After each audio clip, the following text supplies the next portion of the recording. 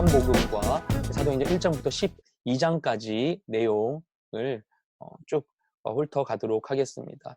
요한복음은 먼저 저자가 요한이죠. 다 잘 알고 있죠. 그래서 AD 70년에서 95년 사이에, 그러니까 예루살렘이 멸망당한 이후, 그리고 반모섬의 요한이 유배되기 전에 그 사이에 쓰지 않았을까라고 많이 추측을 합니다. 뭐 견해들은 좀 다른 견해들도 좀 있기는 해요.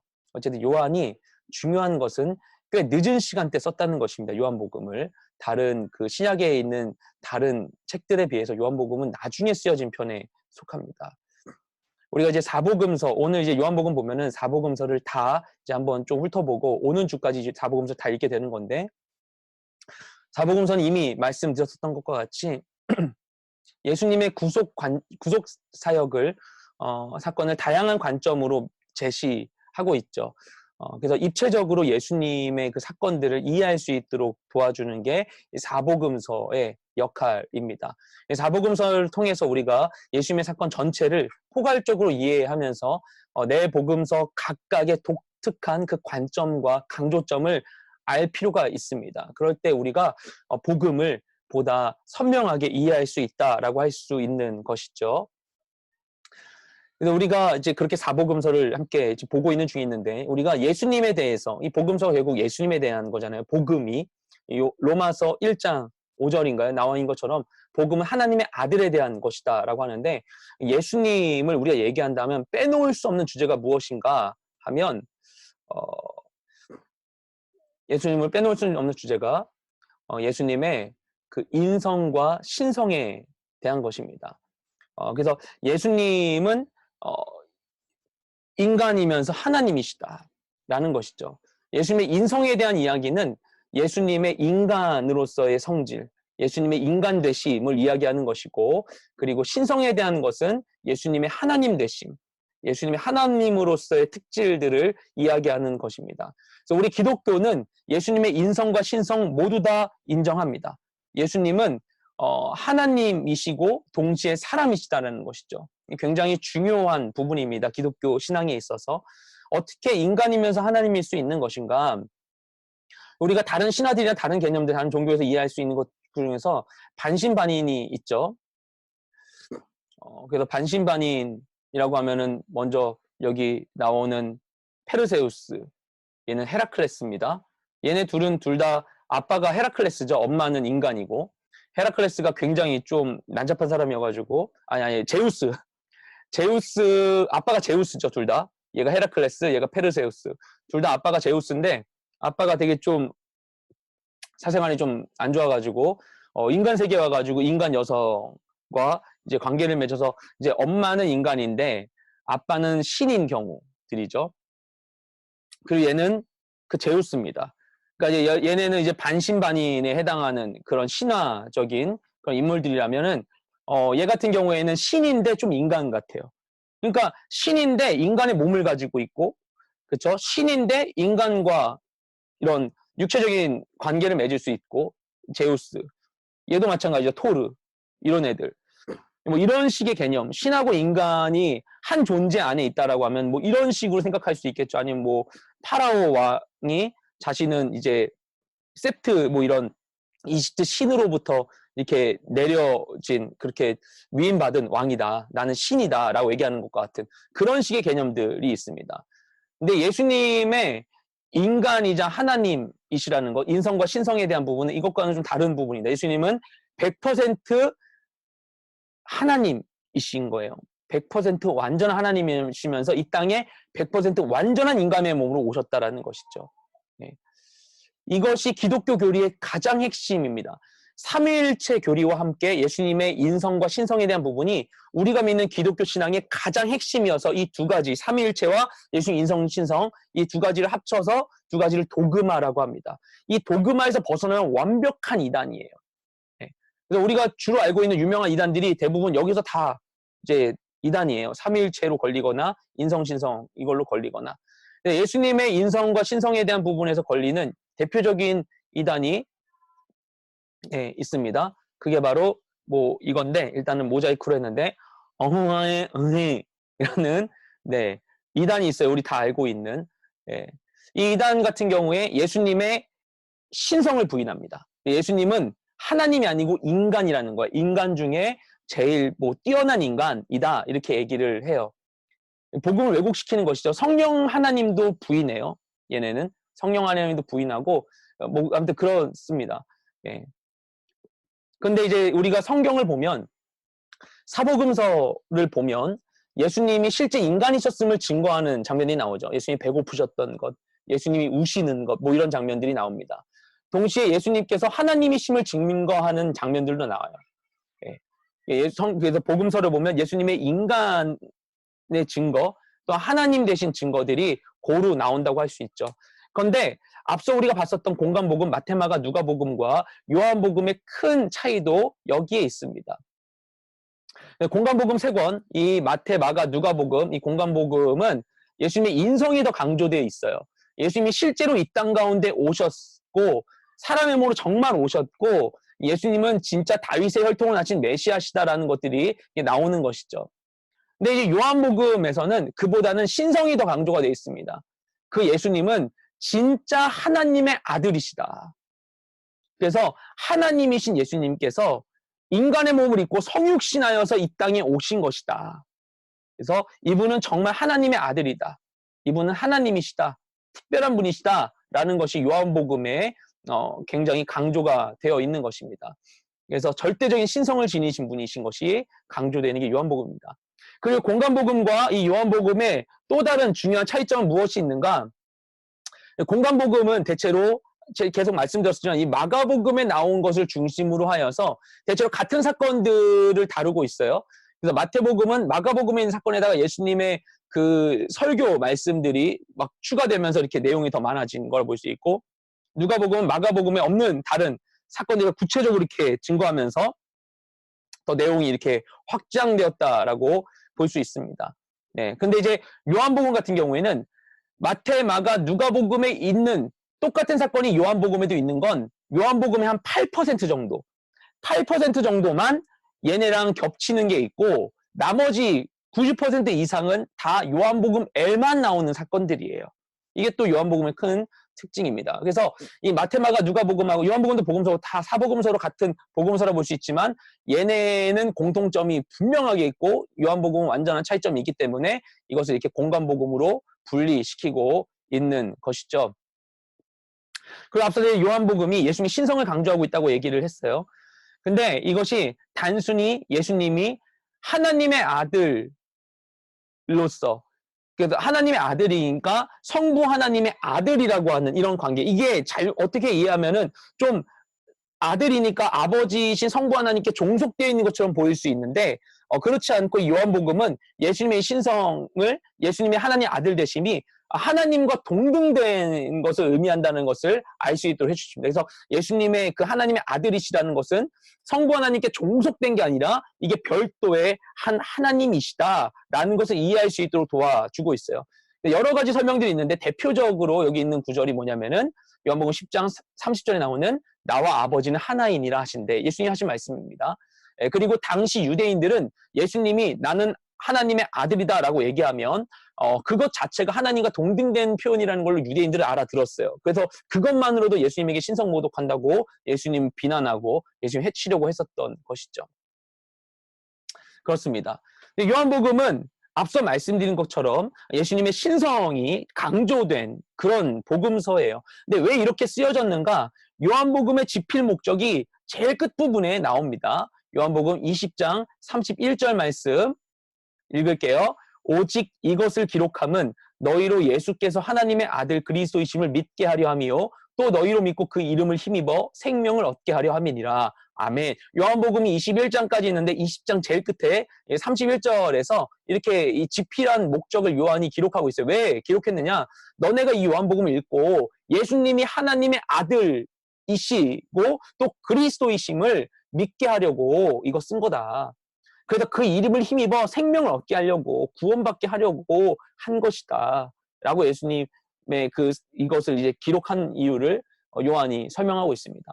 이것이 지금 우리가 갖고 있는 기독교 신앙의 상식으로는 당연한 말인데 반대로 생각하면요. 요한이 굳이 이런 목적을 가지고 이미 마태, 마가, 누가복음이 예전에 쓰여져서 지금까지 전해되고 있는데, 요한 입장에서 있는데, 이 복음서가 이미 있음에도 불구하고 굳이 이 복음서를 다시 쓴 이유는 반대로 생각하면 당시에 이 교회에 무엇이 부족했는지를 반증하고 있는 것이죠. 당시 교회 안에 예수님이 하나님의 아들이시라는 것, 예수님이 곧 그리스도이시라는 것을 사람들이 그것에 대한 믿음이 희미해지고 있었던 것이죠. 이 믿음이 흔들리고 있었던 거예요. 그래서 요한이 뒤늦게 이 예수님이 하나님의 아들이다, 그리스도다, 예수님은 하나님의 아들, 이 신성에 대한 부분을 더 강조하여서 복음서를 쓸 필요가 있었던 것이죠. 왜 그렇게 됐는가 하면 예수님이 승천하신 이후에 이 유대교와 기독교는 사실 큰 충돌이나 갈등 없이 얼마 기간 동안 함께 존재하게 됩니다. 이때는 사실은 이 기독교라는 명칭이, 이 정체성이 확립되지도 않았죠. 이것은 이제 아무튼 그렇습니다. 근데 원래 그렇게 될 수밖에 없었던 이유는 예수님과 제자들 모두가 다 혈통적 유대인이잖아요. 난지 8일 만에 할례 받은 자들, 그죠? 로마서 9장에서 11장에 나온 것처럼 이 구원의 약속은 원래 유대인을 통하여서 주어진 것이기 때문에, 율법도 유대인에게 주어졌고 메시아의 약속도 유대인에게 주어진 것이기 때문에 하나님이 그것을 영혼 인류를 위해서 이 메시아 구원 계획을 이루신다 하더라도 그것은 유대인에게 주신 그 말씀을 따라서 행할 수밖에 없는 것이었어요. 그렇죠? 예수님도 그래서 그 언약을 따라 다윗의 혈통으로 나실 수밖에 없었던 것이고, 앞서 강의들 가운데 설명해 드렸었지만 그 제자들도 다 유대인이었고, 처음 믿은 사람들도 처음 초대교회가 예루살렘에서 시작됐고 다 유대인들로 시작이 되었었어요. 그렇기 때문에 모든 것이 유대적인 문화 속에서 이루어졌고, 예수님을 믿는 사람들을 외부에서 보게 되면 이들은 유대교의 한 무리처럼 보였던 것이죠. 그리고 이들 가운데 이방인이 있더라도 이 이방인도 원래 회당에서 유대교를 믿는 이방인들이 있었어요. 할례를 받지 않았을지라도 이들을 경건한 이방인이라 불렀었는데, 이런 이들이 있었는데, 이들 가운데 예수님을 믿어도 결국 유대인의 그 바운더리 안에 있다라고 생각했었던 것이죠. 유대교 내부에서도 마찬가지였어요. 나사렛파로 보였던 것이죠. 근데 이제 그들이 보기엔 나사렛파 이단이라고 보았던 것입니다. 그래서 같은 믿음을 가지고 있는데, 근데 단지 그 예수를 메시아로 믿고 있는 것으로 차이가 있다라고 생각했었던 것입니다. 그런데 역사적인 사건이 발생하게 되죠. 이게 무엇인가? AD 70년에 있었던 예루살렘 함락입니다. 그렇죠? 그래서 AD 70년도에 그 베스파시아누스 장군이 군대를 이끌고 오죠. 전에 다른 데서 제가 설명드린 적이 있는데 되게 이때 역사가 되게 재밌습니다. 베스파시아누스는 황제로부터 굉장히 먼 친척인데, 황제가 죽은 다음에 가까이 이을 사람이 없어서 사실은 되게 정치에서 제하에 있었던 베스파시아누스가 여기 예루살렘 전쟁이 함창이었는데 갑자기 불려져요. 그래서 왕 죽었다고. 그래가지고 갔더니만 네가 왕해 해서 그냥 왕이 된 거예요. 베스파시아누스가 예루살렘 침공하다가 황제가 됩니다. 그 아들 티투스가 결국은 예루살렘 완전히 이제 멸망시키게 되죠. 이때 예루살렘이 함락되고, 단지 함락됐을 뿐만 아니라 예루살렘 성전이 무너지는 게 엄청난 사건입니다. 예, 성전의 중요성은 제가 여러 번 설교를 통해서 말씀드린 바 있어서 그렇게 되죠.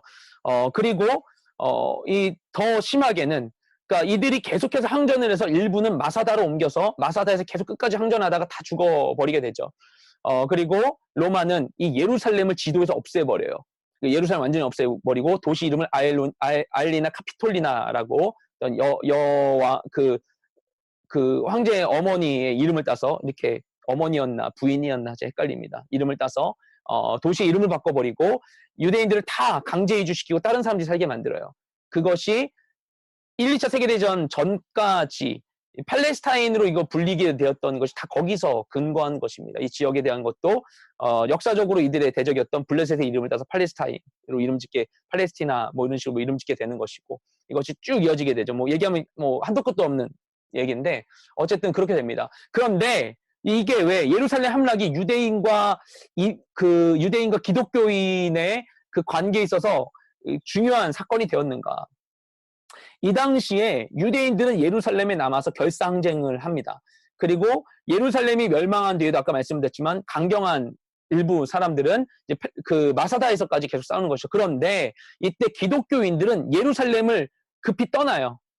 사실은 이제 예루살렘을 바로 온 게 아니라 바깥에서부터 성을 계속 침략하면서 오거든요. 그 로마 군인들이. 마지막이 예루살렘이었어요. 근데 이제 그런 소식을 듣게 되면서 기독교인들은 예루살렘을 떠나서 그 동쪽으로 가서 요단강 건너편으로 가서 펠라 광야로 피신을 합니다. 예. 왜 그렇게 했던 것인가? 이들은 예수님의 말씀을 기억했기 때문이에요. 마태복음 24장 15절 16절 말씀. 그러므로 너희가 선지자 다니엘이 말한 바 멸망에 가증한 것이 거룩한 곳에 선 것을 보거든 읽는 자는 깨달은진저 그때 유대에 있는 자들은 산으로 도망할지어다. 아멘.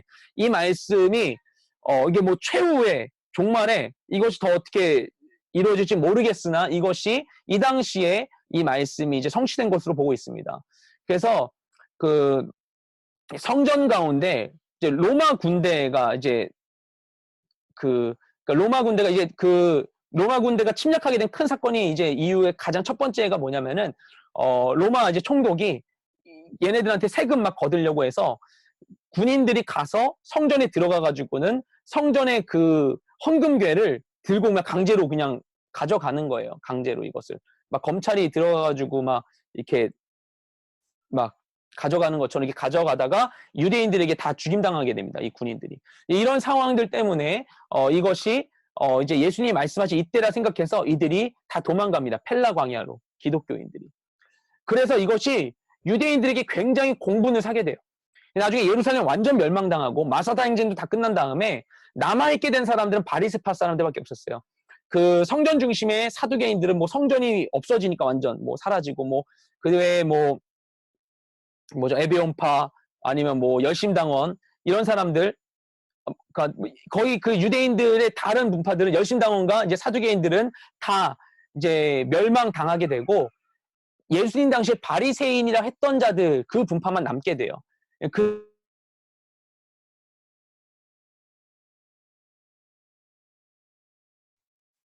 그들이 어떻게 하는가?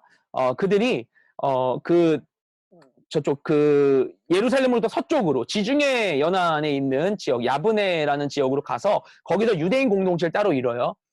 그렇게 한 다음에 그곳 가운데에서 성전이 이제 다 없어졌으니까 성전이 아니라 기도 중심의 그리고 율법 중심의 신앙으로 이들의 신앙을 바꿉니다. 그래서 성전에 드렸던 모든 것을 기도로 바꿔요. 그렇게 하면서 이들의 기도문을 만들어요. 이 쉬모나 에스레라고 하는 이 기도문을 만들어요. 그래서 18개의 기도문이 있는데 기본적으로 이 기도문이 매일 드려야 되는 기도입니다. 근데 이 기도문 18개 중에서 12번째가 무엇이냐면 이런 내용이에요. 변절자들에게 희망이 없게 하시고 거만한 정부를 하루속히 우리 시대에 멸절시키옵소서. 주님은 복되소서이다. 오 주 오만한 자를 낮추시는 분이시여. 이렇게 하는데 이게 사실 여러분 만약 찾아보시면 번역이 여러 버전이 있습니다. 근데 기본적으로 이제 변절자 또는 뭐 이단 뭐 이렇게 돼 있는 건데 이것이 결국 나사렛 이단을 이야기하는 것이고 거만한 정부는 로마를 얘기하는 것입니다. 그래서 나사렛 이단과 로마 정부를 함께 싸잡아서 저주하는 이 기도를 유대인들이 하게 돼요. 이렇게 되고 그 회당에서 기독교인들을 내쫓는 이런 조치들을 하게 됩니다. 이렇게 되면서 그 유대교로부터 기독교인들이 이제 갈라지는 계기가 이제 되는 것이죠. 유대교에서 기독교인들이 핍박당하면서 가장 힘들었던 것은 각지에 흩어져 있는 디아스포라 유대인들이 회당 중심으로 모여 있었는데 그 디아스포라 유대인 출신의 그 기독교인들은 회당 중심으로 모이고 있었는데 거기서 핍박당해서 이제 쫓겨나게 되면서 이들이 되게 어려워졌죠. 이들은 그 지역에서 로마로부터도 핍박당하고 자기 동족 이스라엘에게도 핍박당하는 이중고를 당하는 이런 상황 때문에 신앙을 유지하기가 힘들었어요. 또한 그 이방 지역에서 회당 중심으로 유대교 안에서 예수님 믿고 있었던 그런 거룩한 이방인 출신의 기독교인들이 또 있었습니다. 이들 또한 이제 타격을 입게 되었던 것이죠. 그리고 또 이런 상황 가운데 어떤 어려움이 있었는가 하면 예수님의 신성, 아까 신성과 인성 중요하다 했잖아요. 신성을 부인하는 잘못된 이단 사상이 전파되고 있었어요. 예. 그래서 대표적인 것이 당시 예수님을 이제 예수님은 그냥 인간이다. 그리고 선지자다. 라고 주장했었던 에비온파가 있습니다. 이들이 나중에 영지주의에게 영향을 미치는 것이고 또 이제 케린투스라고 하는 그런 이제 신학자가 있었는데 그 사람도 그런 얘기한 거예요. 예수는 그냥 인간이다. 훌륭한 인간이고 인간으로 살다가 세례 요한에게 세례를 받는 상황에 그때 신적인 그 그리스도됨이 그에게 임했다. 그리고 십자가에 달려 돌아가시기 전에 그때 그 신성이 떠났다. 인간인데 신성이 임했다가 떠났다라는 식으로 얘기를 해요. 이런 생각들이 2세기 이후에 영지주의에 영향을 미치게 되죠. 영지주의는 너무나 많이 얘기를 들으셨고 또 딴 데도 얘기했기 때문에 여기서는 여기까지 하겠습니다. 아무튼 그렇게 되는 것이죠. 그래서 이런 잘못된 생각들이 너무나 강하게 있었어요. 예수님이 그냥 인간이다. 아까 말씀드렸지만 아까 지금 뭐 유명한 한 이단도 그런 식의 입장을 취하고 있는 것이고 그래서 이런 것이 영향이 또 이제 나중에 7세기 때 무함마드에게도 무함마드가 그런 기독교 이단들의 영향을 받은 것으로 보고 있습니다. 조로아스터교라든지 아니면 영지주의 이런 쪽 기독교들의 이 영향을 받아서 그걸 가지고 자기가 상상해서 성경과 다른 이야기들 자기가 막 이렇게 이야기하게 되었죠. 아무튼 그래서 이제 그 꾸란에도 예수님이 나와요. 이사라고 나와요. 이사 알마시라고 해서 선지자 중에 한 명입니다. 그래서 굉장히 괜찮은 선지자로 나오지만 선지자고 하나님은 아니에요. 그리고 무함마드가 더 나중에 선지자로서 더 훌륭한 선지자다 이렇게 되는 거예요. 그렇기 때문에 그 이슬람도 예수님 얘기한다, 이슬람교도 예수 인정한다라는 식의 예전에 SBS에서 그렇게 했었던 다큐멘터리가 예전에 나온 적이 있습니다. 그거 굉장히 모르고 하는 소리예요. 거기서 얘기하는 이사는 우리가 믿는 예수님하고는 같다고 할 수 없는 부분이 있습니다. 어쨌든 간에 요한복음은 이런 상황 가운데에서 이제 AD 80년에서 90년 사이에 그때쯤 대충 뭐 그렇게 얘기하는데 어쨌든 에베소 지역에서 요한복음이 기록됩니다. 그래서 가중되는 이런 박해 속에서 신앙의 위기에 처한 디아스포라 유대인 출신의 기독교인들 그리고 이방인 기독교인들이 하나님의 아들 되신 예수님을 믿을 수 있도록 요한복음 기록한 것이죠. 그래서 요한복음은 이런 것들이 전체적인 내용 가운데 잘 나와 있어요. 흐름이 예수님이 원래 태초부터 계셨던 이전부터 계셨던 하나님이시라는 것 그리고 이렇게 이 땅에 오셔서 성육신하셔서 공생애를 마치시고 우리를 구원하시고 그 다음에 다시 승천하셔서 하나님께 가셨다라고 하는 예수님이 우리 이전부터 계셔서 이후까지 계속 계실 것에 대한 예수님의 신성됨에 대한 것이 전체적인 기록 가운데 이 모든 것을 다 담으려고 노력한 부분이 있습니다. 마테마가 누가복음은 그냥 족보부터 시작하거나 예수님이 태어났을 때부터 시작하거나 공생애부터 시작하는데 예수님 이 요한복음은 로고스 태초에 말씀이 계시냐 해서 예수님이 태초부터 계셨던 것부터 이제 기록을 시작하고 있는 것이죠. 제가 말이 좀 느려가지고 좀 늦는 편인데 좀 그래도 준비한 부분도 좀 더 설명을 해 가도록 하겠습니다. 요한복음 전체적인 구조를 좀 보시면 크게 여기 나온 것과 같이 5개의 부분으로 나눌 수 있어요. 제일 먼저 앞부분 1장을 여러분 먼저 보시면 1장이 요한복음 1장이 굉장히 중요하고 다른 데 없는 부분이 여기 굉장히 많이 나옵니다. 그래서 요한복음에서만 볼 수 있는 게 많이 나와요. 이 요한복음 1장 1절부터 1장 18절까지는 예수님의 성육신에 대한 설명이고 이것은 아까 말씀드렸던 것처럼 말씀이 육신이 된 그 하나님이 인간의 몸으로 오신 것을 잘 신학적으로 설명해 주고 있는 부분이죠. 두 번째 부분은 무엇이라 할 수 있는가 하면 1장 19절부터 12장까지입니다. 굉장히 긴 내용이죠. 이 부분이 공생애예요. 그런데 다른 복음서, 공관복음과는 차별되는 여기 나와 있는 요한복음에 나온 예수님의 공생애는 어떤 것이냐 하면은 일단 유대와 예루살렘 중심으로 나와요. 제가 다른 복음서 말씀드릴 때 다른 복음서는 갈릴리가 중심이거든요. 갈릴리가 중심이고 그리고 그 유대 지역이라든지 예루살렘을 포함한 유대 지역이라든지 아니면은 뭐 그 베레아 지역 같은 곳 이런 게 조금 나오거든요. 누가복음은 좀 더 나오고 그 정도인데 아예 요한복음은 유대와 예루살렘 중심입니다. 예수님의 공생애가. 그리고 7가지 표적 사건들이 나오죠. 얼마 전에 우리 요한복음 큐티 했었기 때문에 기억하실 겁니다. 7가지 표적은 가나안의 혼인잔치, 그리고 왕의 아들을 치유하는 것, 그리고 이제 38년 된 병자를 치유하는 것, 그리고 오병이어 사건, 오병이어는 공간복음과 다 나오는 몇 안 되는 것 중에 하나죠. 그리고 무리를 거르신 사건, 그리고 소경을 치유하시는 것, 그리고 나사로를 살리시는 것, 이 7가지. 요한복음에는 기적이 7가지가 나와요. 굉장히 중요하고, 그리고 또 예수님, 여기 요한복음엔 이 공생애 중에 중요한 대화가 나옵니다. 니고데모와의 대화. 아시죠? 그 사마리아 수가성 여인과의 대화. 여기에만 나오는 아주 중요한 대화예요.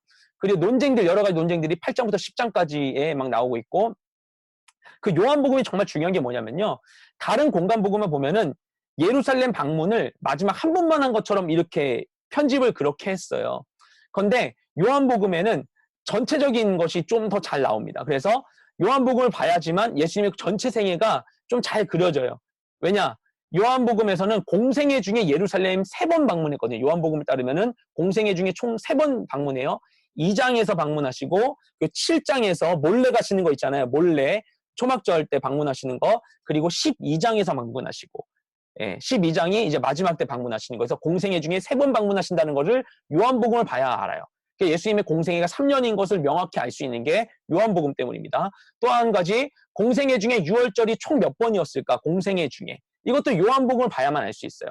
먼저 요한복음 2장 13절에 나와요. 그래서 그때 예루살렘 방문하시는 것. 그리고 12장 1절에 나와요. 유월절인 게. 그리고 18장 28절, 예수님 십자가에 달려 돌아가시는 상황 때 그때 유월절인 게 나와요. 네. 그래서 이게 요한복음이 여러 가지가 나온다라는 것. 그 다음에 또 이제 다음 부분은 어디냐? 13장부터. 근데 우리가 이제 12장까지를 먼저 이제 보는 거죠. 12장까지를 먼저 보고, 그 다음에 이제 13장입니다. 그래서 12장까지 내용은 공생애, 뭐 이렇게 하고, 그 다음에 13장 나오죠. 13장부터 17장까지는 어떻게 되는 것인가? 여기는 이제 예수님의 그 고별 설교, 예수님이 잡히시기 전날 밤 제자들과 함께 다락방에서 최후의 만찬에 있었던 장면이 제일 길게 나온 게 요한복음이죠. 여기는 예수님의 설교, 고별 설교가 너무 많이 나오고, 이게 하나님을 이해하고 하나님 나라를 이해하고 예수님의 그 구원을 이해하는데 굉장히 중요한 부분이에요. 너무나 은혜로운 장면들입니다. 그래서 예수님의 고별 설교와 함께 지난번 요한복음으로 우리 큐티하고 그 할 때도 강의를 말씀드렸지만 대제사장적 기도라고 하는, 예수님이 제자들을 향하여서 중보자로서의 그 기도를 하나님께 올려드리는, 제자들을 위해 기도하는 게 이 부분에 나옵니다. 그리고 이제 다른 데는 안 나오는 것들, 제자들 발 씻기는 거, 포도나무 비유, 베드로에게 시몬아, 사단이 너를 밀가부르듯 하려고 요구하였으나 내가 너를 위해 이미 기도했다. 너 나중에 잘못되거든 다른 애들 잘 추스려가지고 어디로 와라. 이런 식으로 예수님 얘기하시는 거, 이런 게 다 요한복음 여기 나옵니다. 그리고 13장부터 17장까지 내용은 이제 예수님께서 십자가에 돌아가시는 것, 영광에 이제 영광 가운데 들어가시는 장면이 나오는 거고요. 그 다음에 이제 제가 잘못 썼네요. 네, 제가 이거 잘못 썼습니다. 제가 약간 복붙하다가 잘못된 것 같아요. 18장부터 20장이 십자가 고난과 영광입니다. 그 마지막 21장이 부활 후 사건인데, 여러분 잘 아시죠? 그 베드로가 물고기 153마리를 잡은 사건이 이거죠. 그래서 예루살렘 가시면 갈릴리 인근에서 베드로 물고기라고 팔아요. 베스의 한 종류라고 해요. 맛은 별로 없다고 합니다. 저는 안 먹어봤어요. 아무튼 그렇습니다. 근데 여기서 이제 베드로에게 마지막으로 하시는 장면, 베드로에게, 그러니까 저는 사실은 성경 전체에서 많은 스토리 가운데 가장 가슴을 울리는 장면이 저는 이 장면이에요. 그러니까 베드로가 그 물고기를 잡았을 때 예수님인 줄 알고 물 위로 그냥 뛰어내려서 옷 던지고 예수님께 그냥 탁 걸어가는 장면. 예수님이 잡은 것 좀 가져와라 하신 다음에 3번 물어보셔요. 네가 나를 사랑하냐? 요한은 시몬아, 네가 나를 사랑하냐? 이 장면이 전 성경 전체에서 가장 감동적인 장면으로 저는 생각하는 부분입니다. 네. 그래서 어쨌든 요한복음 지금까지 설명을 드렸고, 성경에서 단 한 권만 읽어야 된다고 한다면 전 요한복음 추천드립니다. 그래서 성경 읽을 때 가장 먼저 읽는 거 한 가지 추천해서 전 요한복음 먼저 추천드립니다. 요한복음 굉장히 은혜로운 말씀 꼭 읽었으면 좋겠고요. 자, 말이 너무 해서 사도행전은 최대한 빨리 제가 하도록 하겠습니다. 사도행전 1장부터 12장까지를 먼저 진행하는데 12장까지 합니다. 이번에 여러 번 읽는 그 분량 때문이기도 하는데, 왜 12장까지냐? 12장까지가 예루살렘에서부터 이제 복음이 전파되어서 인근의 유대와 사마리아까지, 그리고 최초로 안디옥 지역에 이방인 교회를 처음 개척하는 장면까지가 12장까지 내용이에요. 13장부터 28장까지 나머지가 다 본격적인 이방인 선교입니다. 13장부터 이방인 선교 본격적으로 시작돼요. 바울로 인한. 12장이 그것을 가르는 부분이에요. 이 전까지를 먼저 여러분이 사도행전 전반부를 먼저 보시는 부분입니다. 사도행전은 여러분 잘 아시다시피 누가가 기록했죠. 누가복음은 원래 한 권의 누가복음과 사도행전이 원래 한 권의 책이었었는데, 제가 지난번에 설명을 드렸지만 요한복음이 나중에 기록되면서 이제 성경의 신약을 이렇게 정리하는 데 있어서 이제 복음서끼리 따로 나야 될 텐데, 공관복음 또 공관복음 묶어야 되기 때문에 공관복음 묶고 그 다음 요한복음 들어가고 나야 되기 때문에 사도행전과 나눠지게 됐다. 이렇게 이야기됩니다.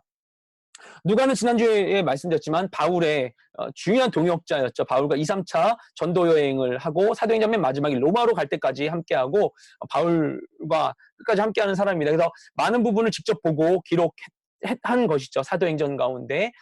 예루살렘이 멸망하는 게 AD 70년이에요. 아까 말씀드렸다시피. 그리고 바울이 보면은 이제 사도행전에서 로마 황제에게 상소를 해요. 로마 황제에게 상소했는데 그게 받아들여졌다. 유대인인데. 그럴 때 이거는 유대인을 핍박했던 네로 황제 때는 아닌 것 같아요. 그래서 아마도 그 예루살렘도 멸망당하기 전에 그 네로 황제가 되기 전에인 AD 64년 이전에 기록된 것으로 보입니다. 요한복음보다 더 이전에 기록된 거예요. 어쨌든 그렇게 기록된 것입니다. 굉장히 중요한 부분은 뭐냐면은 누가복음과 이 사도행전이 연속되고 있다. 사도행전이 누가복음의 연속 저작이라는 것을 우리가 깊이 생각할 필요가 있습니다. 그래서 이 전편격이라 할 수 있는 이 누가복음에서는 예수님의 그 공생애와 십자가 고난, 그리고 부활, 승천하시기까지 전체적인 내용이 나오죠. 이 복음. 근데 제가 지난번에 말씀드렸다시피 이 복음의 보편성을 얘기해요. 이방인도, 여자나 남자나 노인이나 아이나 할 것 없이 모두를 구원하시기 위하여서 예수님이 이 땅 가운데 오셨다. 이 복음의 보편성, 구원의 보편성이 누가복음에 굉장히 잘 나타나 있습니다. 특히 이방인에 대한 게. 그쵸?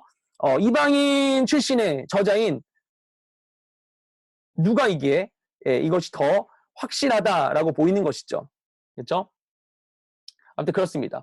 그래서 이제 누가복음은 그런 건데 이방인을 위한 복음이 나와 있는데 이 복음이 어떻게 전파되었는가 하는 것이 사도행전에 나오는 것이죠. 그렇죠? 그렇죠. 사도행전 가운데. 그래서 사도행전 1장 8절 말씀, 예루살렘과 온 유대와 사마리아와 땅끝까지 이르러 내 증인이 되리라 하셨던 예수님의 말씀이 어떻게 전개되는지가 이제 사도행전에 나오는 것입니다. 사도행전은 그래서 구약 창세기로부터 성경 전체를 관통하고 있는 주제, 하나님의 구속사의 전개 과정을 기록하고 있는 굉장히 중요한 책이라고 할 수 있습니다. 사도행전의 중요한 특징들이 있는데요. 하나씩 좀 살펴보면 먼저 구속사의 전개 과정이 여기 나온다라는 거죠. 이미 말씀드렸던 부분입니다. 그래서 창세기 3장 15절 시작됐던 그 여자의 후손에 대한 그 구원의 계획이 어떻게 예수님이 이 땅 가운데 오시게 됐고 예수님께서 승천하신 이후에 교회를 통하여서 그 복음이 열방 가운데 전파되고 있는가, 이것이 구속사의 전개가 나오고 있는 것. 또 하나 중요한 게 성령님의 역사에 대한 부분입니다. 누가복음도 성령을 많이 강조하는데 이어서 사도행전도 성령을 강조해요. 그러니까 삼위 하나님이 언제나 활동하신 건 맞는데 역사의 시점 따라 주축이 되는 역할이 달라진다고 볼 수 있어요. 구약에는 성부 하나님이 더 강조되고, 그리고 신약 시대에서 복음서에서는 성자 하나님 예수님이 그 중심이 된다면 예수님 이후에 사도행전부터는 성령님께서 역사하시는 것이 더 강조되고 있다라고 볼 수 있습니다. 그 사도행전에서 볼 수 있는 중요한 게 보편적 교회 등장이라고 할 수 있어요. 구약에서는 선민 이스라엘 구원이 중심이 돼 있죠. 이스라엘이 구원의 대상이거나 또는 구원의 통로가 되는 게 굉장히 중요한데 오순절 성령 강림 사건 이후로 누구든지 예수를 주로 믿고 시인한 자는 교회 한 지체로서 구원 공동체의 일원으로 들어오게 된다. 복음이 땅끝까지 전파되는 것이 나오게 되는 것입니다.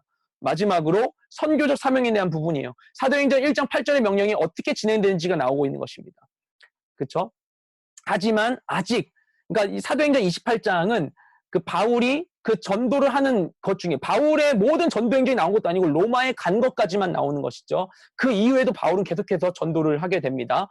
근데 그것까지 나오는 거지만 사도행전 28장까지 기록되어 있지만 사실은 그 성령님의 역사, 복음 전파의 역사는 지금도 계속 이어지고 있는 것이죠. 그래서 우리가 그 사도행전 계속 쓰고 있는 것이고 오늘의 교회도 액치 29 비전을 갖고 있지 않습니까? 왜냐하면 하나님께서 이렇게 말씀하셨기 때문이에요. 이 천국 복음이 모든 민족에게 증언되게 온 세상에 전파되리니 그제 끝이 옵니다. 복음이 모든 민족에게 증거되게 온 세상에 전파될 것이다. 그러면 끝이 온다. 모든 민족이 전파되어야 된다라는 것. 네, 이렇게 얘기 드리고 사도행전 1장부터 12장까지 내용, 28장까지 내용, 그 구조적인 특징을 좀 설명드리도록 하도록 하겠습니다. 이러면서 마무리하도록 할게요. 내용상의 이런 전체적인 흐름, 전개를 지리적으로 구분할 수가 있어요. 아까 사도행전 1장 8절 말씀, 예루살렘, 온 유대, 사마리아 땅끝까지 증인이라는 말씀 하셨는데, 보시면 이게 이스라엘 지도죠. 그래서 위에가 이제 갈릴리 호수고 저 동그란 게 밑에 이게 사해고 그 사이를 이어준 게 요단강이고 요단강 왼쪽 부분이 이제 이스라엘이라고 할 수가 있는 것입니다. 예, 그렇게 되는데 여기에서 처음 1장부터 7장까지 내용은 예루살렘 중심으로 나와요. 예루살렘 이 빨갛게 표시한 부분 정도가 예루살렘 볼 수 있습니다. 예루살렘에서 초대교회가 생기게 되죠. 예수님 승천 직전에 예수님이 하셨던 말씀, 승천 직후에 복음이 어떻게 전파되었고 초대교회가 어떻게 성장했는지 스데반이 순교한 것까지 이렇게 나오게 됩니다. 그 다음에 8장부터 12장까지는 복음이 스데반의 순교 사건 이후로 교회가 흩어지게 되면서 이제 사마리아와 온 유대까지 전파되는 내용이 나오는 것이죠. 그렇죠? 그래서 유대와 사마리아 그리고 심지어 수리아와 안디옥까지 되게 가까운 이방 지역까지 바로 윗부분까지 네, 전파가 됩니다. 복음이 초기 확장되는 부분들, 빌립의 전도, 고넬료의 회심, 안디옥 교회 설립까지 나오는 것이 12장까지 내용, 우리가 이번 주에 읽게 된 부분입니다. 그 다음 마지막으로 13장부터 28장까지는 땅끝까지 복음이 전파되는 것, 대표적으로 로마가 나오는 것이죠. 그래서 로마에까지 복음이 전파되는 것까지 나오는 것이 이제 28장까지 내용이라고 할 수 있겠습니다. 네, 그렇게 우리가 이제 요한복음과 사도행전 1장부터 12장까지 내용을 함께 보도록 하겠어요. 여러분이 참고하셔서 이번 주간에 함께 읽으시고 큰 은혜 얻게 되길 소망합니다.